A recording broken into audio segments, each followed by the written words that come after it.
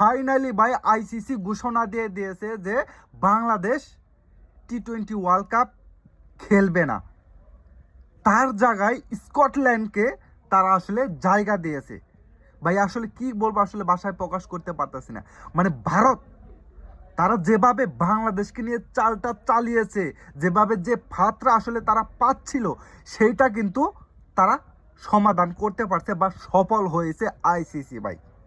কারণ আইসিসি তো তারা নিজস্বভাবে তারা আসলে চলাফেরা করে না, তারা বিসিসিআই এবং ইন্ডিয়ান সরকারের মানে চালে আসলে তারা চলাফেরা করে ভাই।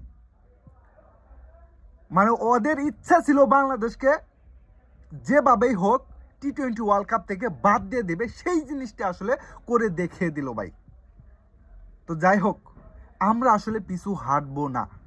একটা ওয়ার্ল্ড কাপ যদি বাংলাদেশ না খেলে ভাই, তাই কি হয়ে যাবে? কোনো কিচ্ছু হবে না, কোনো কিচ্ছু হবে না। হয়তো বা কিছু একটা ক্ষতি হবে, কিছু আমাদের দর্শকদের মন খারাপ হবে, কিন্তু এই যে আমরা যে সিদ্ধান্তটা নিয়েছি, এটার বাইরে বাংলাদেশ কখনো যাবে না, আর কোনো দিনও ভাই যাবে না।